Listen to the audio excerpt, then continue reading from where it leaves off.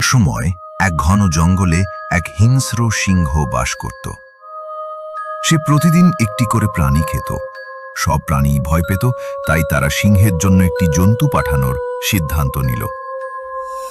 একদিন একটি চালাক খরগোশ এলো। সে একটা কৌশল অবলম্বন করল এবং ইচ্ছাকৃতভাবে সিংহের কাছে দেরিতে পৌঁছালো। সিংহ খরগোশের কাছে দেরিতে পৌঁছানোর কারণ জিজ্ঞাসা করল। খরগোশ বলল, মহারাজ, পথে আমি আরেকটি সিংহকে দেখতে পেলাম। সে বলল যে সে নাকি বনের আসল রাজা। সিংহ রাগে ফেপে উঠল এবং বলল, আমাকে দেখাও সে কোথায়। খরগোশ তাকে একটি গভীর কূপের কাছে নিয়ে গেল এবং বলল, মহারাজ, সিংহটি এই কূপের ভেতরে আছে।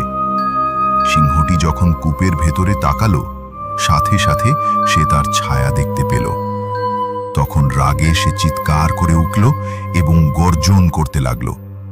সিংহ ভাবল যে সত্যি কূপে আরেকটি সিংহ আছে এবং ক্রোধে সে ঝাঁপিয়ে পড়ল।